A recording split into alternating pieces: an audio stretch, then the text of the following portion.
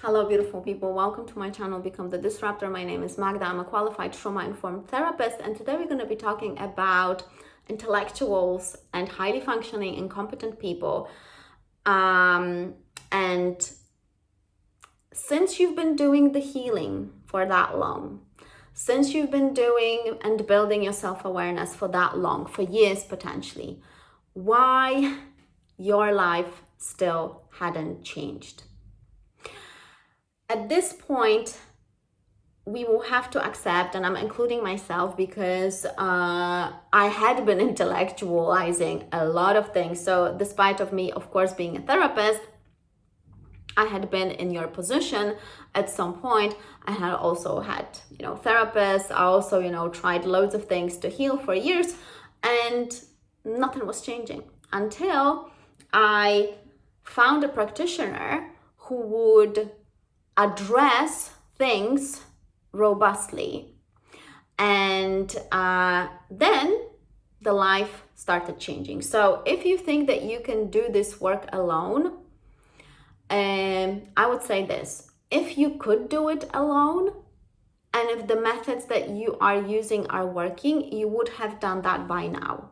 If you hadn't, it means that your methods or whatever it is that you're doing is not working and potentially need some help.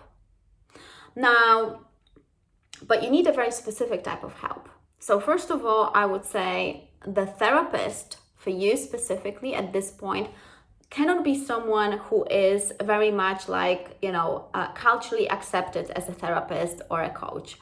So someone who only gives you, validation, emotional processing, coming back to the past, you are way past it. This is not going to work for you. You need someone who's going to actually hold you accountable to take different actions. But let's not get ahead of ourselves. So first of all, look at that person, social media.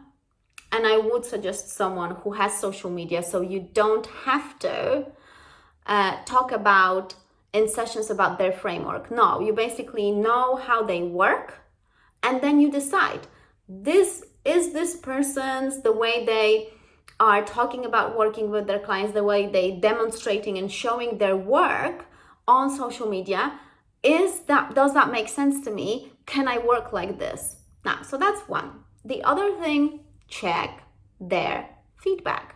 Check the clinical evidence that they have on giving other clients, so giving other people the results. Were they sustained? What sort of feedback is that? How much of that feedback there is? So don't believe, and this is so funny, yeah, guys, when I hear therapists and coaches, especially manifestation coaches, saying, I coached thousands of clients, and I'm like, So I had been in this, a therapist for almost a decade, and I cannot claim that I therapized even hundreds of people, not to mention thousands, unless it is a very quick work and you just do like one session and then the clients are not coming back, which then I'm thinking, oh, unless that there's like, of course, the results are so quick that just one session is enough. No.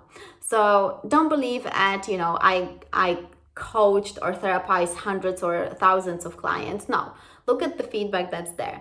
I don't have 2 feedbacks, but I had quite a few, and you can look and you can see on my website, and these are the the real people with real handwriting or emails that they sent me. So that's it. Yeah.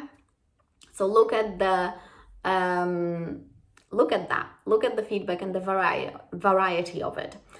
So that is thing number 2. So social media, then feedback. Then you need to look at whether this practitioner is a person who talks about personal responsibility and accountability, because if they not, then I'll be like, you need someone who's going to hold you accountable, who's going to call you out on your own loops, on your own patterns that you keep on repeating, those patterns specifically which are keeping you stuck and not allowing you to heal and grow. So accountability and responsibility. Then you need to be able to take their external observation, and that can be sharp, for some people. And I know that, quite a few of my clients, when I tell them like, okay, this is where you're stuck, this is where you're stuck, and this is where you're stuck based on what you're telling me. And they like taken aback a bit. I'm like, okay, I know it's a lot, but we're not gonna, you don't have to act on it straight away. Just be currently being aware. We're gonna pick one area, and this is what this is really important. I'll move on to that in a minute. So that external observation is necessary, so you can actually see, actually this is happening. And this is, the interesting bit is that people do experience, let's say, that external observation from me as sharp, but then they like, that is true. If I am honest with myself, and this is the bit, do you know what I hear? I would say 99% of my clients then will say, I knew it. You just said it out loud.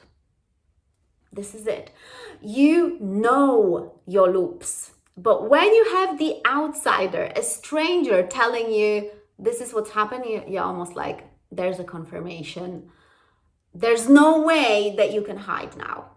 And that is because you already know. You're smart. You already know your loops in a way. But when someone outside of these loops are specifically telling you, then you just like, yeah, I kind of knew it, but... So it feels sharp, but actually there is a part of you that knows already. So external observation. Then you need 100% a clean action plan, not the action plan that will overwhelm you. No, one area of life. Okay. And then think about, okay, what are considering, let's say, your current responsibilities, your life, considering your current lifestyle, considering all the things that you're dealing with, because therapy cannot be like, just like a floating thing that doesn't fit into your life. No, it has to fit into your life in a way that the practitioner is not thinking about what should be in your life, but thinking about, okay, this is what we have now.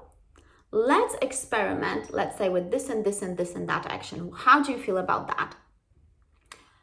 And then you can see, yeah, I can maybe absorb some of it, but maybe some of it will be a bit much. Okay, that's fine. But then you have potentials there. If you want to like move further down the line, these are maybe some other actions that you could, things that you could start doing differently. So in that way, you're going to be like, okay, so this is the action plan. I'm sticking with it. And that's it. This is clarity, guys, already. A clarity that is not overwhelming. This is really important. So potentially you do know the further things that you will need to do, but that's okay.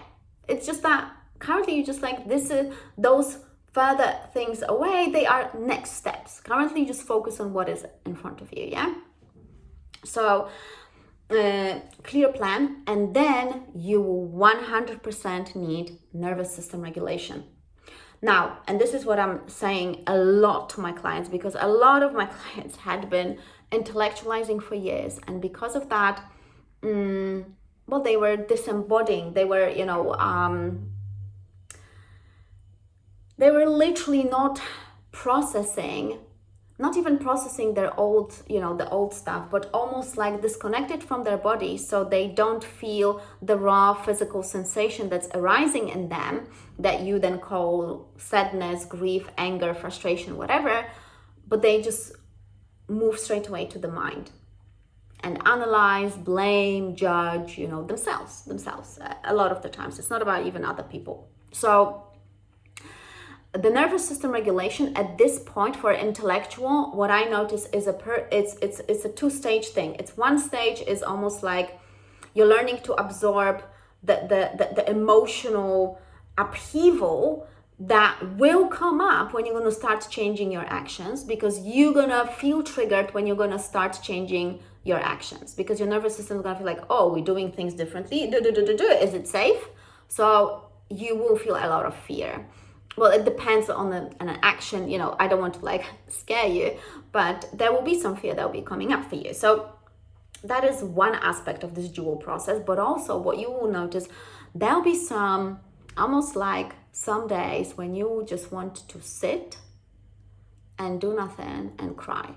And that is the old grief. And this is specific for those of you guys who had been, the good boy or a good girl, the intelligent one, who was always carrying on no matter what, but the environment they had been brought up was very chaotic, volatile, abusive, neglectful, whichever, yeah? So you had been through some complex trauma. Then you're gonna notice some grief coming up for you. And this is another aspect, because these are kind of, the grief is old, but it's coming up in the now. So you have to find space for that grief to be acknowledged, to be respected, and to be patiently felt, not understood, felt in the body, which means that there will be some days that, like I said, you might just want to cry and just sit and just do nothing, and that's okay.